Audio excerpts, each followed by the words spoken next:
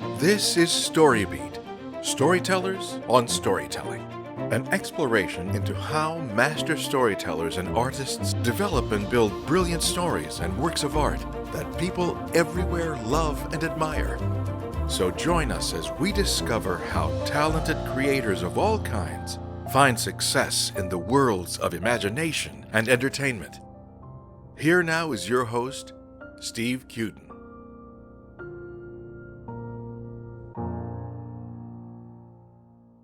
Thanks for joining us on StoryBeat.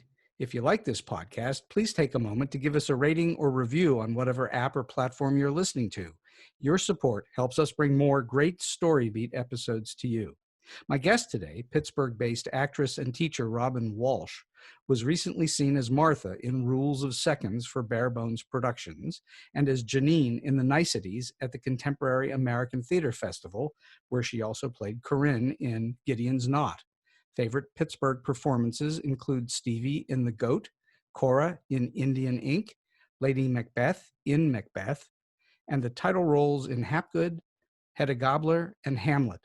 Robin is a recipient of the Harry Schwalb Excellence in Arts Award, and she's a past Pittsburgh Post-Gazette Performer of the Year. Robin is also a professor at Point Park University in the theater department of the Conservatory of Performing Arts. It's a real pleasure for me to welcome the greatly talented Robin Walsh to StoryBeat today. Robin, welcome to the show. Thanks, Steve. So let's go back to the beginnings of all this. What, in your history, what started you on the road to being in the performing field? Why did you want to be an actress or an actor in the first place? Oh, it's interesting.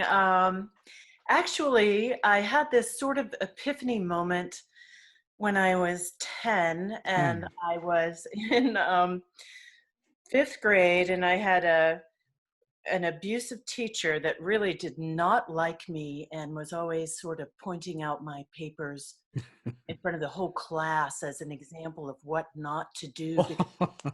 Done something like drawn a picture of the state flower with crayon on the side of the paper instead of just typing it all. And she would hold it up and say, "Whose is this?" You know, she was very disdainful of and mocking of me. And she actually at one point held up my outerwear in front of the class on a winter day. Said, "Whose are these?" And I refused to acknowledge they were mine. And she threw them in the garbage. Oh, really? Yes. And so I went the whole winter trying to hide this from my mother because we were poor. Wow. So I was very shy. And my mother was deaf. She read lips. And I had a tendency not even to speak with my voice. So I was an awkward child who didn't fit in. Mm-hmm. And was being obviously bullied and had bounced around a lot to different schools. And one day with this teacher, out of the blue, she wanted people to read a story out loud. And I don't know what, but somewhere deep inside, I heard this voice and I thought, this is mine. Sorry, I'm tearing up. My hand flew into the air. And I was like, "You're calling on me, lady. This is mine. I got this." Called on me and I read that story and it was loud and it was clear and I nailed it. And I thought, I'm not going to be silenced. Wow. And that began what you realized is something inside of you to be in front of people and speaking aloud. Yes? Yes. Like somehow with other people's words, I found a voice. Wow. That's very and what do you remember what it was that you read?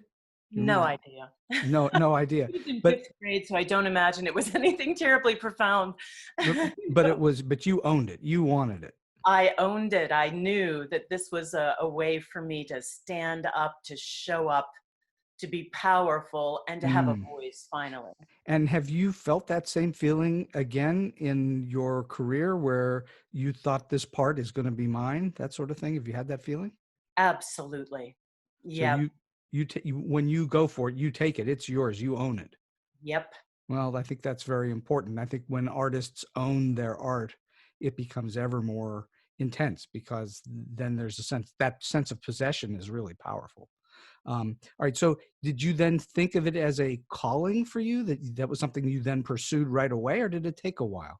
It took a while. I mean, it did take a while. My mom ended up putting me in a little summer class when I was a teenager because I was still painfully shy, to help me. And I did some acting in high school, and I had no sort of plans to go to college or do anything. And I remember one of my friends in high school asked me what I was going to do after school, and I was just like, I don't know, and she pulled something off of the bulletin board and just put it in front of me in the cafeteria and said, "You're filling this out and sending it in." And it was an application actually for Point Park Drama School. Oh, really? And I filled it out and I got accepted without even auditioning. Thank God I wouldn't have had a clue back then, or even the resources I don't even know to show up, the help to get there and know what to do.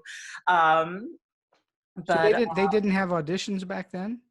they might have, I don't know. I had won some competitions, I had done some things. I had done some acting in my little town, but it was so serendipitous. I was just sort of hapless and sort of directionless, but this woman, Mary Beth Smith, who I'm so grateful to, she just found it, put it there.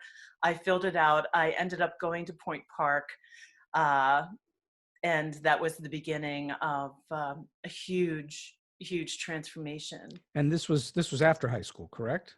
Was this during high school that you This found was during high school when she found this thing and said, you're going to college. All right. And so now was that exciting to you? Did you think, wow, I'm going to go to school and learn how to be an actor? Thrilling. Yeah. Really thrilling. And Yeah. did you do stuff in high school as well? Had you done some I performing? did. Yeah, I did performing in high school, and I loved it. I felt very comfortable on stage.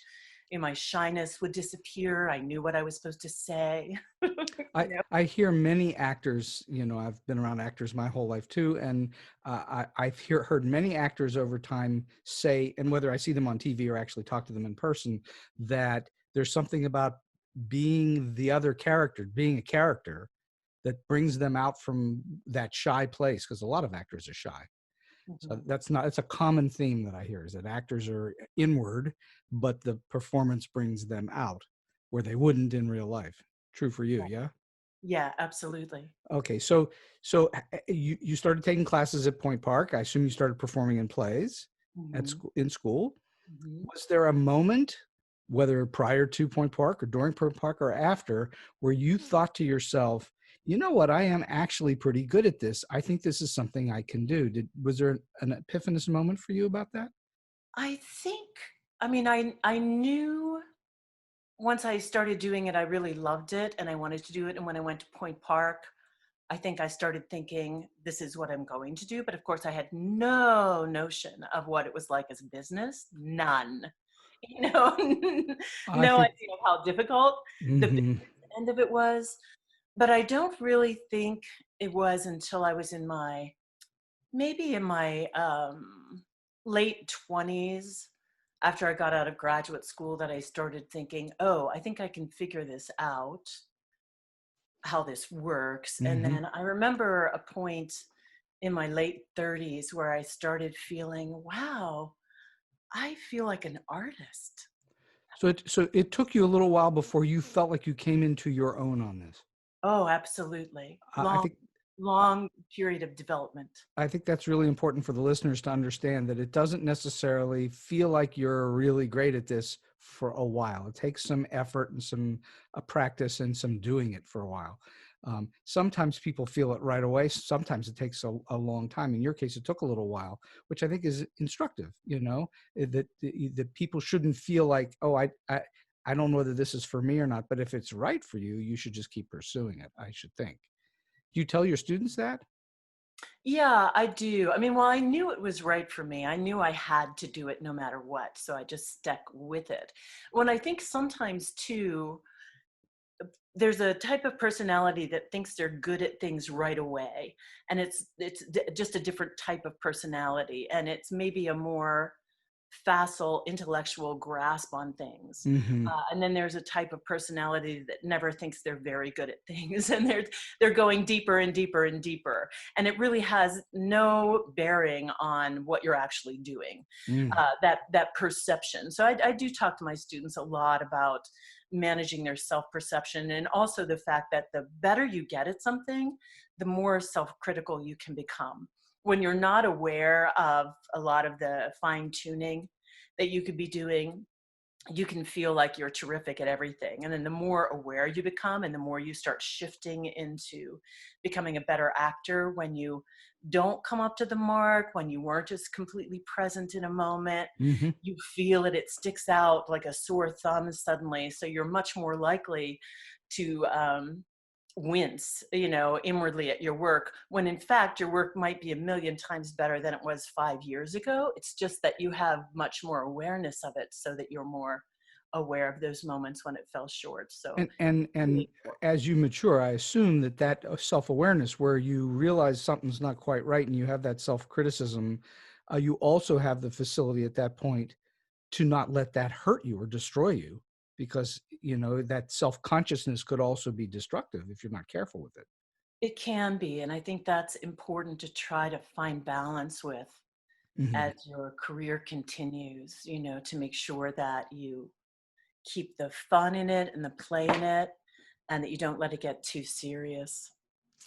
I think that's very wise. All right, so right now we're having this conversation in the middle of the COVID-19 pandemic, and everybody's sheltering in place, as they call it. We're all isolated in our homes.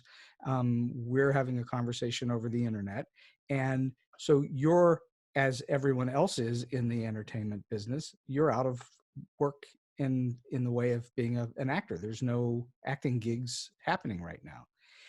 But that's a regular thing for actors, is it not? That Yeah. actors go in and out of jobs. There's very rarely a job that lasts for any serious length of time. So my question to you is, what do you do? I know you teach, so you're busy, but what do you do as an actor with your craft? What do you do between gigs? How do you handle the downtime between, assignments, performances, whatever you call it? Well, that's changed for me, honestly, Steve. I've stopped thinking of myself primarily as an actor about 10 years ago, Mm. um, for a number of reasons. And I started trying to write or do some other fulfilling creative things as well. Um, What do you think? What do you think people should do when they're between? Like, for instance, you turn out tons of students that go on and do professional work, Mhm. and what do they do? How do you advise them as to which they should think about doing between gigs? Well, what I used to do, Mm-hmm. and what I have done some of now, because I do want to get back into acting a little. I mean, I haven't obviously given it up completely. Sure. That was never my intention. But what I tell them is actors act. And they Yeah. do. Like, I have a play, some plays sitting around now, and I'll pick them up and I'll read them out loud. Mm. So you're reading out loud.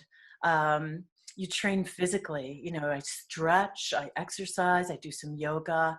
I have a meditation practice, because being present, being aware of your senses is very important. Um, there are things like just reading plays, starting to work. Like, if I wasn't doing a role and I knew roles were coming up that I was interested in, you just dive into those plays. You dive into those playwrights. You prepare for those auditions. If you want that role, even if you don't get it in that audition, if you really love it, you dive into it. You figure out what makes that person tick. You work on your body. You work on, man, there I am, I get stiff again. You start figuring out what's going on in your own spine, in your own body, as you're thinking, as you're sitting, where you're holding tension. All of those millions of little bits of awareness, self-awareness, are huge. Just that daily awareness, and then having a regular practice of, I've got to read a play a week, I've got to read out loud, I've got to work on my voice and speech, I've got to be aware of what my body is doing. I've got to find out what's auditioning, what people's seasons are, stay on top of the business. There's a million things you could do, but I recommend that people actually get a calendar. I have a calendar right now, a blank calendar, and you make it a job for yourself. It's like whatever day it is, it's like showing up for your regular job. It's like for 2 hours on Saturday, I have to read. I have to look at what's going on in the business. I have to touch base with myself. I have to figure out what's been going on with my posture. I have to challenge myself to open up my movement beyond the ways where I typically get stuck. So you know yourself as an actor, where you're stuck, and you move through it. Because if you're an actor, you act. If you're not an actor, you sit around and you complain with your friends how you're never cast. Well, that's true. That's the same truth for writers and directors and everybody else, isn't it? If you're going to be a writer, you better write. Otherwise, you're not much of a writer. So you got to write. I'm glad to hear you say all that, because what you're talking about is making the business of being an actor a business. It's more of a business than it is just some casual art form. It is actually something you have to work at. Correct? Absolutely. Yes. So that's the keeping your craft up is as important as when you're in the middle of the performance season, so to speak. All right. So a big part of acting, obviously, is memorization. Mm-hmm. Do you have any tricks that you teach your students to how to memorize things? Is there a method that you teach? Well, everybody's different. So that's one thing they have to know, and not to beat themselves up about it, because that doesn't help, but to kind of figure out what works for them. For me, when I was young, I could just sit there, scan the script a couple of times, and I would know it. That doesn't work anymore. So there's all kinds of things.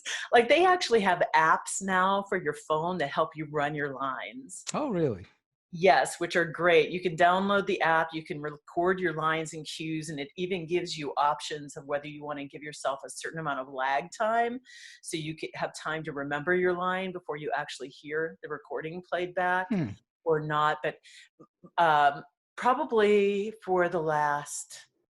since my mid-40s, I've been recording. When I played Hamlet, yes, I started recording my lines, and it's like, it helps me tremendously to record my lines and cues, and I listen to them when I walk, I listen to them in my car, I listen to them when I'm doing the dishes.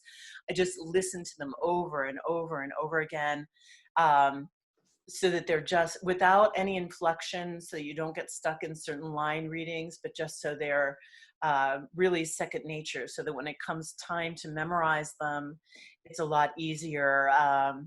There are ways you can write each line 3 ways. You can, find different ways to look at the structure of the line, like, oh, there's 3 A's and a B in these main words. There's all kinds of things that work differently for different people that you have to kind of figure out what works for you.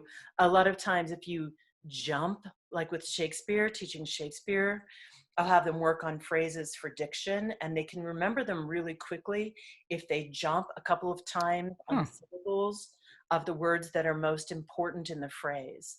And then suddenly they can remember this phrase that has a completely different syntax that they would never use before, because it gets the body rhythm involved in it.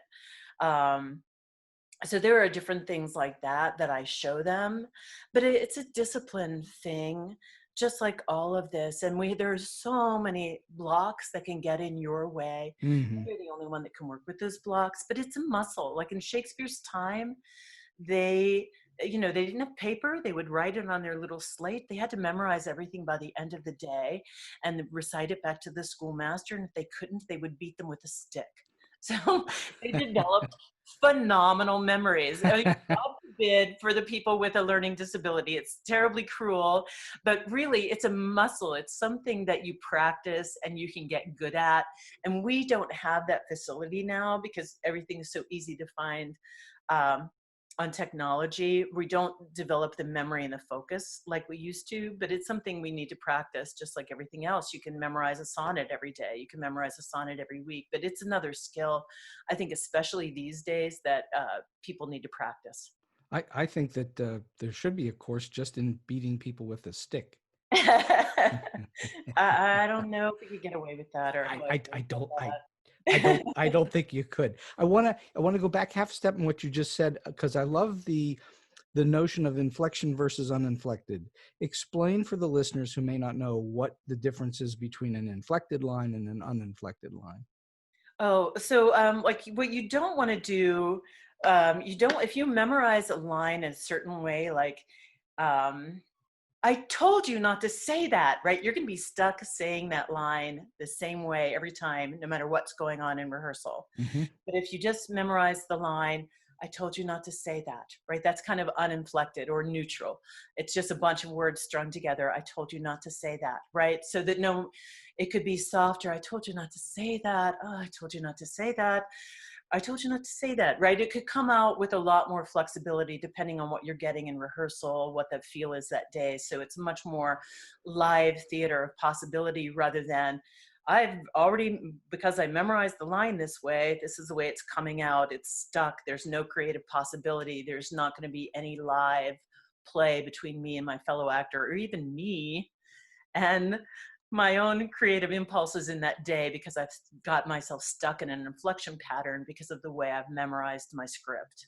Because when you, as I have obviously studied it, I've taught it a little bit, and I've long time ago I was an actor, not so much anymore. But it is that you want to be this notorious thing of called being in the moment, and to have an uninflected line in your memory means that you can be in that moment, and whatever is in that moment in terms of your response, that's how the line will play. Am I correct about that? Yes, so it's very truthful, it's very live, it's very real and happening right then, and much more powerful and profound rather than just some canned thing, right? Yeah, Phony. absolutely. And it's you're trying to have it come out as if it's never been said before. And Yeah. and yet it's been written down and you've rehearsed it and you know it, but you have to make it seem as if it's the first time it's ever been said. So that's what makes live performance, or I guess any performance, even on film, a very exciting thing when it works really well. It feels like it's fresh, like it's never happened before. And yet it's incredibly well rehearsed. So usually it's incredibly well rehearsed.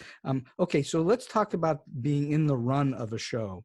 Once a performer's opened in a show, what can an actor do to continue to seek new things? What, as opposed to being stuck at opening night? Well, I think if you prepare yourself, I'm going to say correctly, which is not a word I like, but just so I don't hang us up while I try to find a better word. If you prepare yourself in a way so that you are really in the circumstances, you know the character, you know the relationships, you know the circumstances, you know what you want, and that's what your preparation is on, then you know what you want and you're very present with the other person, then you will continue to make discoveries every time you do it. It's when you prepare yourself, oh, this is the way I'll do this line, this is how I do this is my move here, oh, I like this. If you focus on what I call the icing on the cake, Mm-hmm. then you're in trouble.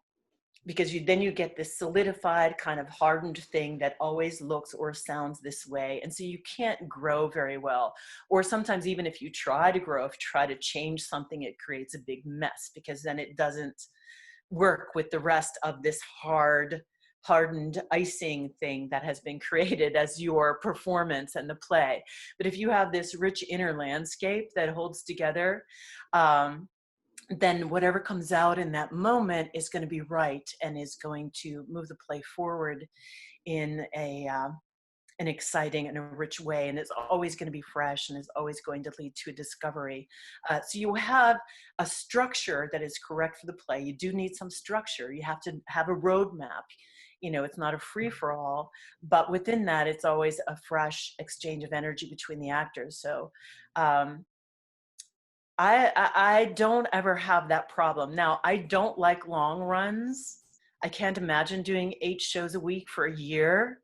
That sounds like torture for me. I think I'd rather be in an office job. That's why I'm not in an office job. I don't want to do the same thing every day. Right. So I don't know. I can't say that what I'm saying would really hold true if I was in a long running Broadway show, if I would be able to do that. Um, but I think it gives you a lot more chance for discovery. And when people say they get bored on stage or their minds are wandering, I'm thinking, really? Wow. So what you're talking about is a way to not be complacent, because that's what sets in sometimes is complacency. Or it's like the performance is a set in stone thing rather than it's a live thing that you're discovering every night. Mm. It becomes a set of, I do this gesture this way and this expression this way and this line this way, and then that guy does that thing.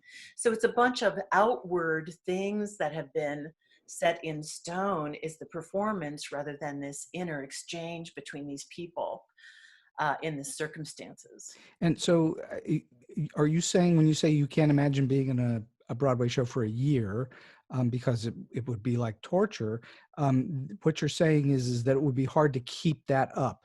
Is that what you mean? I think it would be hard to keep it up. I mean, the longest show I ever did was 9 months of a children's show, and I was much, much younger. But I remember getting to a point where the words started sounding like nonsense Mm. because I had said the same thing over and over again, and being out there and thinking, did we do act one already? Am I in the wrong scene? Because I couldn't quite do it. And again, it was a very long time ago. And yeah, I don't know if it's just might not be my thing. Mm-hmm. Well, Yeah. not to lose focus on you for a moment, but I was a tour guide at Universal Studios in Hollywood for 2 years. And when you do 3 tours a day of a big studio, and you do that 5 days a week, and you do that for many weeks over a summer, somewhere in there, you lose track of what you just said. And sometimes you just repeat the same thing you just said a moment ago. And the tourists look at you like you're out of your mind. That's what you're trying to avoid when what you're talking about. Of course, as a tour guide, you're all on your own. There's nobody to play off of. So that's a huge difference. All right. So I'm curious about auditioning. I'm always fascinated about auditioning. An actor frequently can't get to a role without going through this process we call auditioning. What do you teach your students about the audition process that helps them to get parts in plays? It's one thing, you can tell them a lot of stuff, but I think one of the things I think that I hope is most useful is that I know the more you do it, the better you get at it. Mm-hmm. You can hear a bunch of stuff like be confident, present your best self, blah, blah, blah, blah, blah. But until you do it a certain, for me, until I did it a certain number of times, I wasn't able to be confident. I wasn't able to put it all together. I think you just have to practice it. You have to get used to it, and you have to find your own way of settling into it. It's something we practice in class, having, the ability to keep your eyes up, to stand your ground, to be present, to be vocally present, to ways to do that. People tend to collapse a little bit or shy away, and suddenly, they think it's not like I can't hear you, but they're not vocally present. Like their voice is cut off from their body, so it's not picking up. They're afraid to kind of put out what they're feeling in the room. So it's helping them to connect. One of the biggest things I think that's most useful that I advise is to start acting before you start speaking, because words are connected to our intellect, and it's so easy to get this sensation that feels to me like I'm on a runaway train. Like I know it's not going well. I know that I'm just doing the lines. I can't seem to stop myself. I can't seem to slow down and settle into the audition. But if you start the acting before you start to speak, that's a lot less likely to happen. So you drop into your body, you drop into your senses, you imagine you're feeling the sun on your hair, or, you know, grass under your feet, or you visualize something. The senses really help. So you do some movement and get into your body somehow before you start speaking. It's really helpful, or teaching them, having them practice. If they feel like they're being untruthful, if they feel like it's running away with them, to accept that frustration, that disappointment, to stop, to breathe it in, to let it affect them. And to start again. And it seems like it's this beautiful acting moment that just happened, and it gives them a moment to get their breath and come back in with something more truthful. Yeah, but to act, you know, to start dropping in, what we call dropping in before they start talking. Do you teach them how to, if they're given the work in advance, as opposed to doing a monologue that's prepped to show off your chops, but if you're going to read a scene from something, is there some kind of preparatory work that you advise students to do in terms of getting ready for an audition? Absolutely. I mean, they call them cold readings, but they're not cold. Pretty much people are off book for them. They know the lines. You hold the paper. So, you know, to remind them that you haven't rehearsed this. You want to keep it simple. You don't want to be trying to block it and move all over the place, or pantomime props, because it looks really weird. You got to keep your eyes up. You don't want to be buried in that page. You don't want to worry if you lose your place or you stumble over a line, because that happens. You just let it happen. You give yourself a moment. Then that the most important thing is trying to get something from the other actor. Most of the time now it's a reader, which is hard, so that you get the self-consciousnness off of you, and it's more about affecting another person, which is really helpful. Another thing I emphasize with them a lot is this idea of looking for micro movements. What's that? What's a micro movement? So when we're doing things normally as people, whenever you slightly change the topic, or you're responding emotionally to what somebody is saying to you, your body will change. The tilt of your head changes, your shoulders change, something in your body changes. It's very unnatural to be talking to somebody and say, oh, hey, wait a minute, I forgot something. Or by the way, and not to have anything change at all in your physicality or your voice. But as actors, we're nervous, and you're holding the script and there's a lot going on, we tend to ignore that. And it's an easy way to help them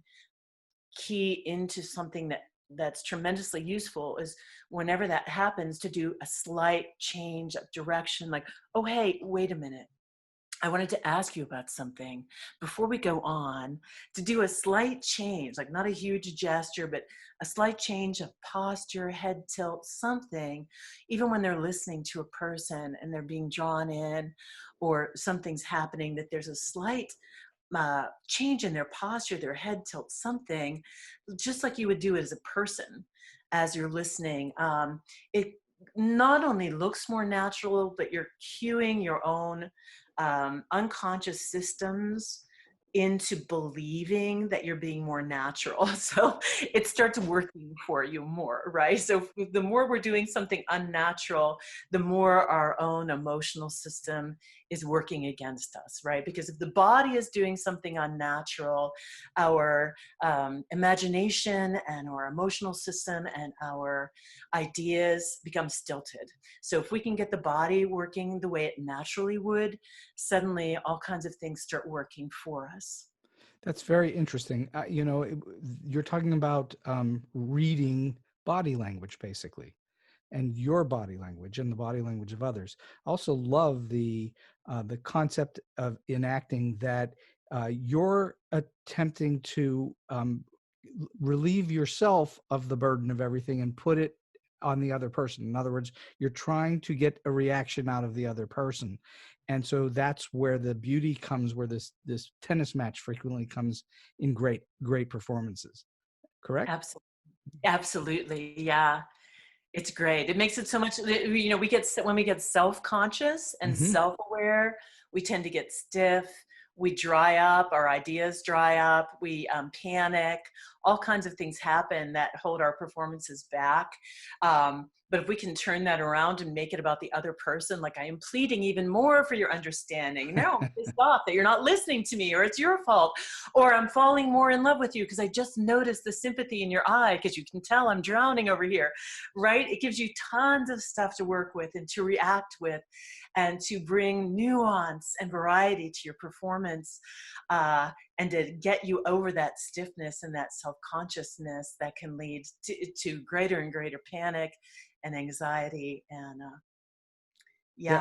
I love that notion. I love the notion that that's one of the great, I guess one of the great techniques, if you want to call it that. It might not be a technique, but it's one of the great things about acting is that you're trying to draw something out of the other person. You're trying to get it off of you and put it on them. And if they're doing that as well, that's where that great connectivity happens. So I just think that's just a fantastic way to think about it. So, all right. So I'm curious, if somebody said to you, you're going to act for the rest of your life and it can only be drama or comedy, which? Oh, Awful choice. well,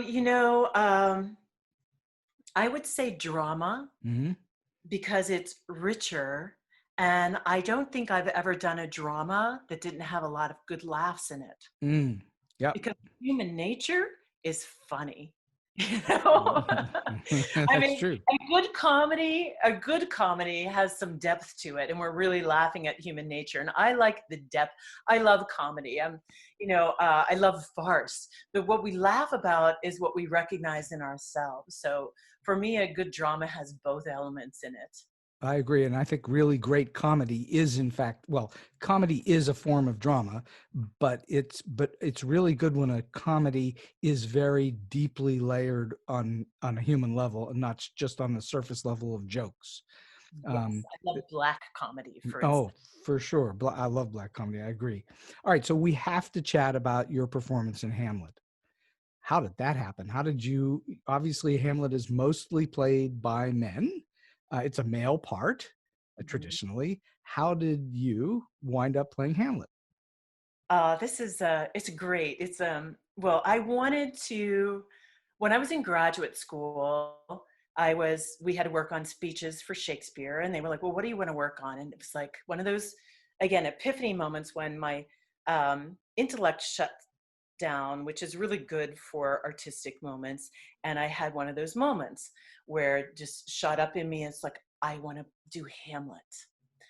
So I worked on Oh, What a Rogue and Peasant Slave Am I, and I loved it. And I thought, I'm never going to play Hamlet, but I loved it. I love this. I want to play Hamlet.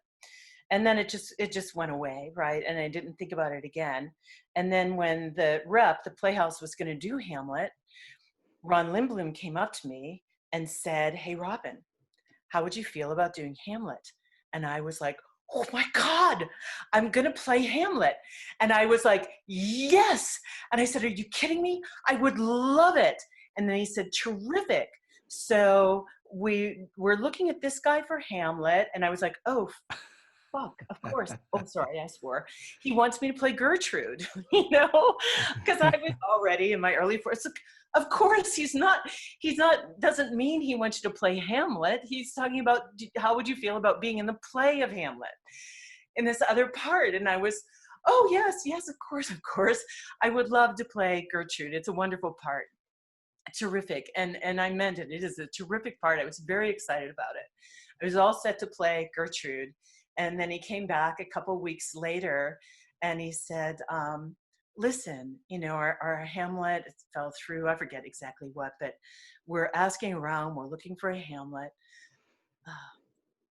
And he said, I'm asking some local directors. I'm asking some people I respect. It's like, who do you think the best actor is in town? And your name kept coming up. Oh, wow. I guess he wasn't asking gender related. He was like, who do you think is good? And he said, so I thought, why not? Would you want to play Hamlet? Wow. And I thought, somewhere I knew it was one of those moments. And it was like, yes, I do want to play Hamlet. And so I ended up playing Hamlet, and I did research, and I actually found out there's a long history of women playing Hamlet. Mm. In fact, it used to be a tradition when, if you were a female actress, if you reached a certain status, that you played Hamlet. Sarah Bernhardt played Hamlet. Charlotte Cushman, the first big American actress, played Hamlet. There's all these funny stories where she borrowed the costume from Edwin Booth or someone, and he's, has letters complaining about how she stretched his tights out or something, but it was a tradition actually for, if you were an actress, a stage actress of standing, that you eventually would play Hamlet. So that's how I ended up playing the role. And it was very daunting. It was terrifying. I think people who play Hamlet should get like an acting medal. Well, that it's classically thought of as one of the more challenging parts to play. I think Lear tops it, but Hamlet is up there. And so what did you have to do physically? Anything to change? I mean, did you play it? You didn't play it as a woman, did you? You didn't play the part as a female? No, we kind of did gender neutral. I did do chest binding, and I did no makeup and just like a Dutch cut hair. So we just kind of did it gender neutral. Well, the good news for you is you have a rich, deep, slightly deep voice for a woman. You don't have a high pitched voice, which I think helps you a lot. Yeah, but we didn't do it. I wasn't trying to sound like a man or walk like a man. We just did it. I was the person playing the part, which I think is the way to go. So it wasn't like cross-dressing or anything like that. It wasn't like me trying to do a male impersonation. And how did you feel it worked out? Were you pleased by it? It was terrifying. I mean, I think the thing with playing Hamlet, is that everybody has their ideas of how it should be done. So many famous actors have done it that everybody felt compelled to compare me to everybody else who had done it. Sure. People actually sat there in the front row following along with scripts. There was another production of Hamlet going on in the city at the same time with a very handsome young male Hamlet. It was very difficult for those reasons. I'm glad I did it. It was thrilling. I have no doubt. It had to have been thrilling. It was thrilling. It was terrifying. I'm glad I did it. It was difficult. It had beautiful moments. It had heartbreaking moments. There were things that were very much out of my control that were terrifying and difficult. But you survived it. But I survived it. Mm-hmm. And I'm honored that I got to do it. You're invariably a richer, deeper, not only a performer, but a person for having done it. Yes, it's a humbling experience, which I think is good. Yeah, I agree with you. It's got it. Anytime you can climb a mountain like that, it's a good thing, Yeah. Because so many people don't get the opportunity, and there are people who get the opportunity and shy away from it. So, going into the mouth of the beast is a good thing. I will say I threw myself into it. I will say that. And one of the best compliments I heard, and I'm not even sure it was meant as a compliment, but for me it was huge, was, wow, you're fearless. And I thought, you know what? I am. I'm okay with that. In fact, I'm great with that. Well, yeah, that you are fearless to do that, because that requires some guts to get up there and do that. All right. So you've clearly worked with and for a number of different directors over time. What would you say are the most important lessons you've taken away from the really good directors you've worked with? One of my favorite quotes is, slowly, slowly, we don't have much time. Ooh, wow. Yeah, that when you try to rush and get things done, you don't get anywhere. You have to slow down, get quiet, get present, and sit with the issue and work through it. So that's one of the best lessons I learned. Going from the inside, another great quote is blocking blocks. What does that mean? That's kind of like when you're trying to put all the bells and the whistles on too early, that as soon as you make a decision for something in rehearsal, it cuts off all discovery. And now you have to do some blocking, right? That's coming up with the staging. So especially if you've got these huge productions with 1 million people on stage. But if you have decided that you're going here, right there, this is what you're doing, this business on this line, if that's all decided in the first week, you've cut out a lot of possibilities for discovery. And as soon as you have limited the actors physically with what they can do, you're really limiting what they can discover on a creative, emotional level and what they can discover between themselves creatively. So you're just going to be limited.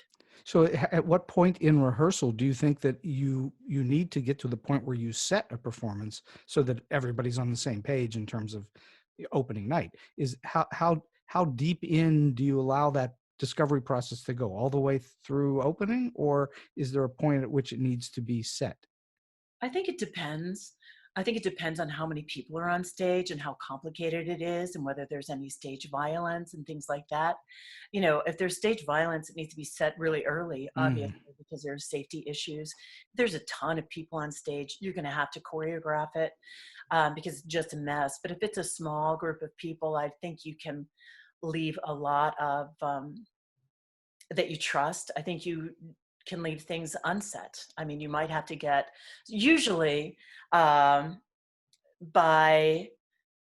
the time you get to tech, certain patterns have emerged that want to stick because they're telling the basic story. And then you can kind of set those areas for lights and things like that for some consistency, and you're okay because you've done most of your exploration by then. If you trust the actors, and if it's not some huge unwieldy behemoth with 20 people on stage. So I think it depends on the production. It depends on the actors. It depends on how complicated it is and how many people are involved. Do you see directors and the way that they work with actors differently now that you've been doing it for years as opposed to when you first started out? Do you have a different perspective on directors? No, I don't. I think what gave me a different perspective on directors was directing myself, and you realize how out of control you are as a director. You know what I mean? You have all this responsibility for the show, and really most of the control is in the actors' hands because they're the ones up there in front of the audience. So I can see the temptation to want to micromanage and control because you have so much responsibility and so little control. But how did being an actor inform your directing? How did that help you? it really helps me work with the actors. In what way? Explain. I think for me, I'm like, to make it fun for them, to help them come up with creative solutions rather than to keep it a creative process for them and try to bring out the best performances for them by making it a creative discovery process rather than saying, say it this way, do it this way, you know, trying to engage them in having fun and making exciting discoveries and feeling like they're in on making this exciting discovery and owning the process rather than I'm going to tell you what to do, when to do it, and how to do it. Just shut up and do it the way I tell you to. You know, most directors are going to be, you know, somewhere in the middle of that. But I think it helped me to do that. And it also terrified me, made me, you know, very difficult for me to watch because you know, my instinct was to want to do it for them because I have my acting muscle has been built up so strongly. So it was like, nope, stop. You know, make it fun for them to discover instead. Have you ever worked with a director who was not real good with the actors? Have you had that experience? Sure. I mean, because well, sure. Absolutely. I mean, one of the things I learned in my training as an actor is that the director's not responsible to teach you acting, you know, and that the director, that your job as an actor is to even kind of translate what the director is telling you into acting terms. That the director might say cross here and you've got to figure out, okay, it's a staging issue or they need to work out those lights or there's a traffic jam or whatever. And I've got to figure out how can I motivate that or what are they trying to solve? And if it doesn't work for me acting wise, can I offer another alternative? that works for me as an actor, and that also solves the director's problem, that you have to kind of be able to solve your own issues as an actor, because the Hmm. director might not know anything about acting, or it's very unlikely that the director is going to know more about acting than somebody who's been acting for 4 decades. Right. You Right. know, Well, how the hell would they do that?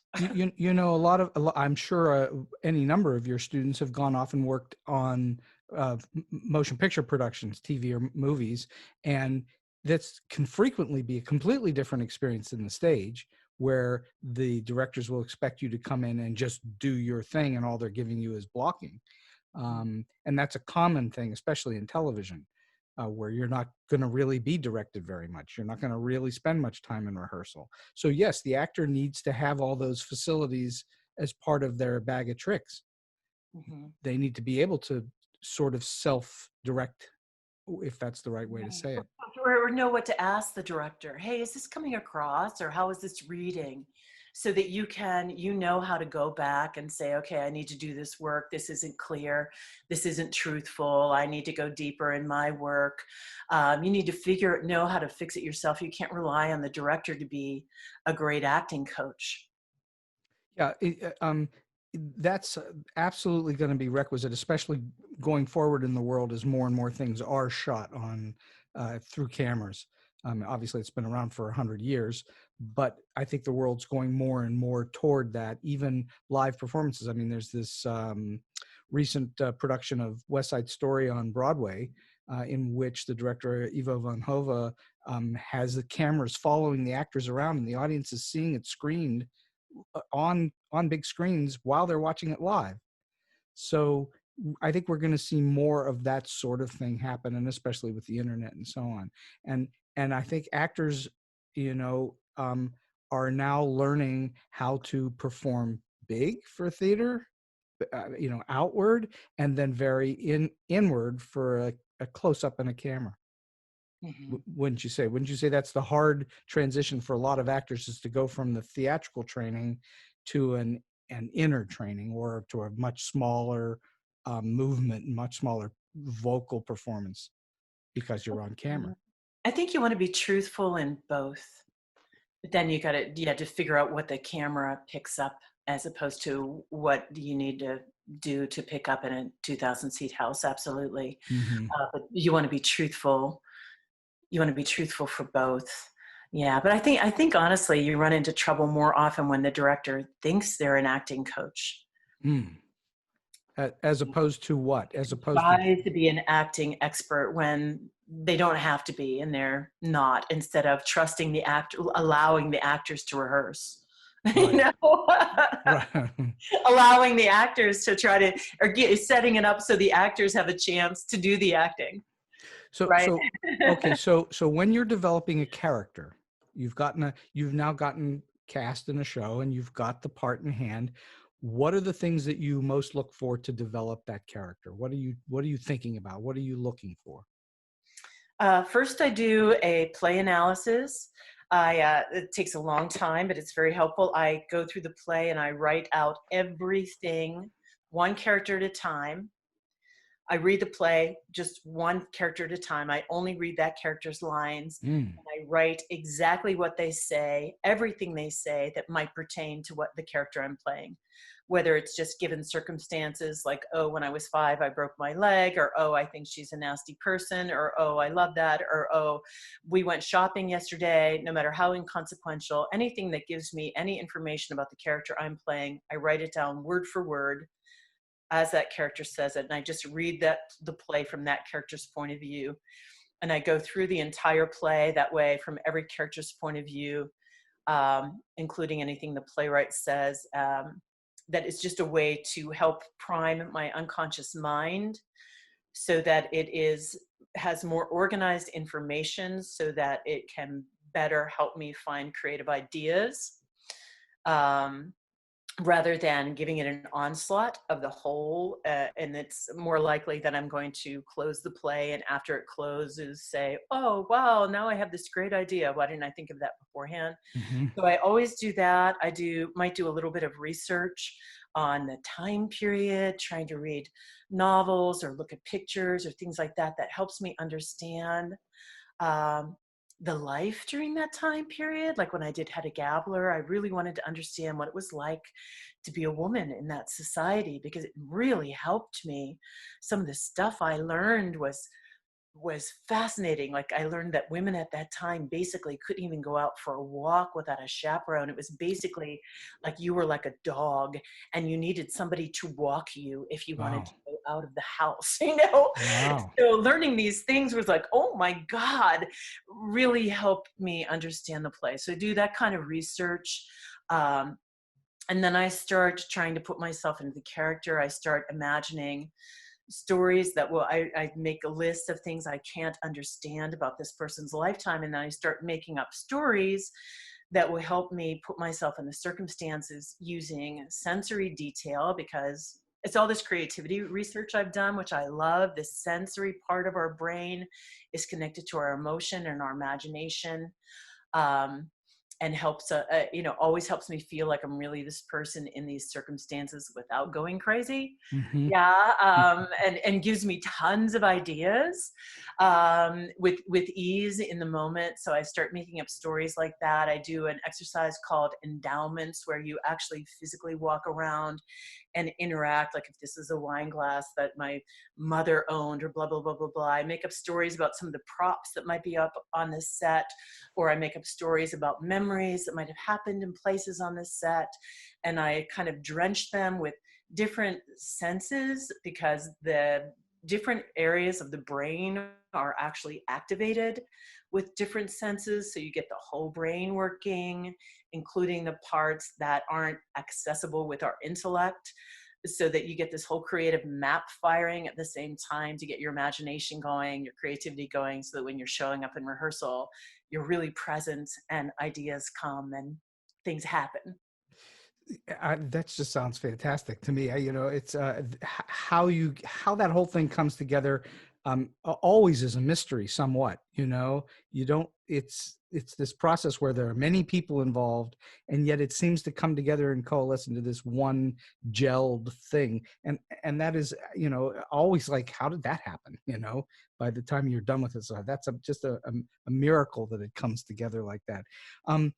Is there any particular process that you go through that you think is a good way to do it in prepping to go on stage? Your performance preparation once you're getting ready to go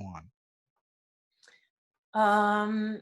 Well, I have to sort of be leaving the day behind. Like, I'm not a person that can be backstage chattering about stuff and then walking on stage. I really have to be Work your way into it.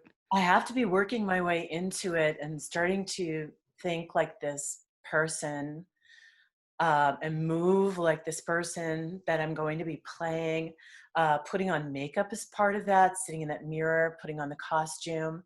I'm usually very quiet backstage. I do some different breathing exercises, and the internal dialogue starts going, and I start moving in a different way. And I just get quiet. People can kind of pick up on it, are usually very respectful, and they leave me alone. And I'll be just doing stories are different, and the way I interact with things are different, and I just start stepping into that persona.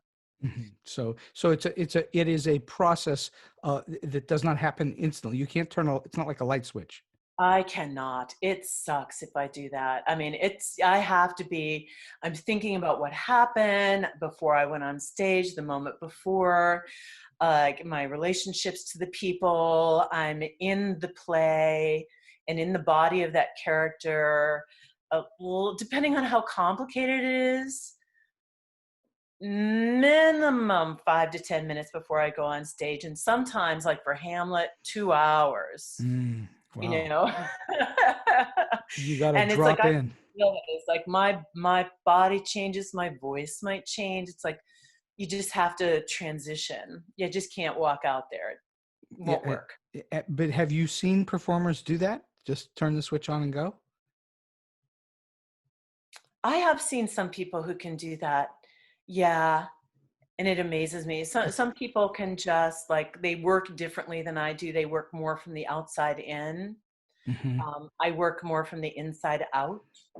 Well, allegedly Olivier worked from the outside in. That when he had the costume and the shoes and the hair, he was in character, and that was as good as it got for him. That he didn't work from the inside out at all. So there's stories about him and Dustin Hoffman not being on the same. I mean, they worked well together, but not being on the same page often during Marathon Man, because Hoffman is an method actor from the word go, and Olivier was the opposite. So I find that very interesting. We've been talking, believe it or not, for almost an hour, and we're going to sort of wind this down. I'm just wondering, in all your experiences, whether as a teacher or as a performer on stage or wherever, can you relate to us a story that's kind of quirky or offbeat or oddball or weird or strange or just plain funny?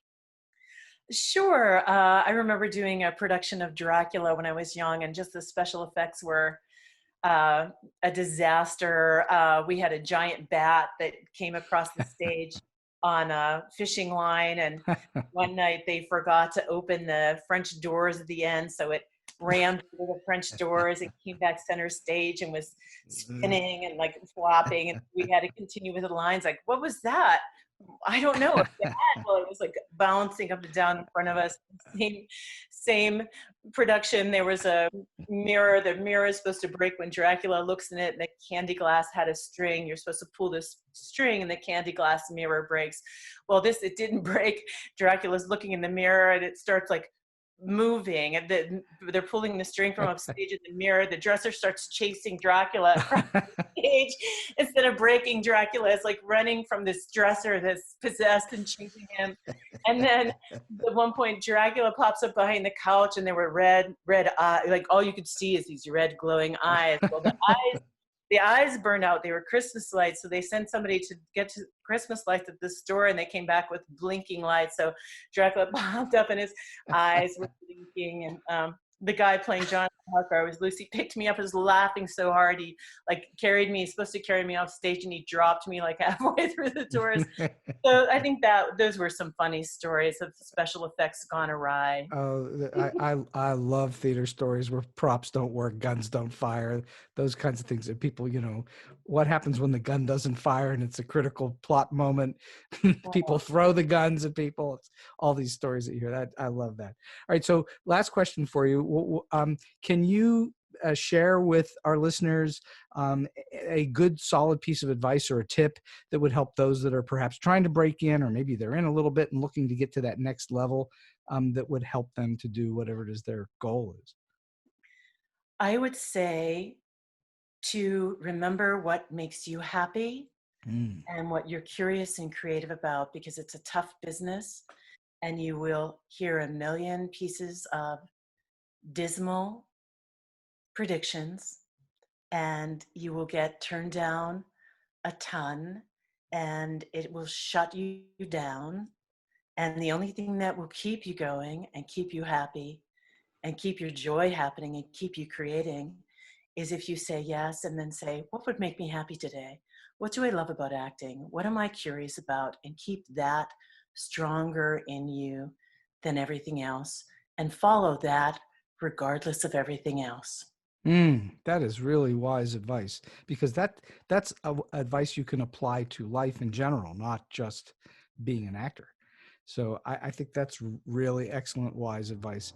Robin, this has been a great joy for me to have you on the show today. So much fantastic information. I mean, clearly you've been thinking about this stuff for a long time, and you really know your stuff. So I thank you kindly for coming on the show today. Thanks, Steve. It was an honor. I'm honored you asked me. It was fun for me too. And so we've come to the end of today's Story Beat. If you like this podcast, please take a moment to give us a rating or review on whatever app or platform you're listening to. Your support helps us bring more great Story Beat episodes to you. Until next time, I'm Steve Cuden, and may all your stories be unforgettable.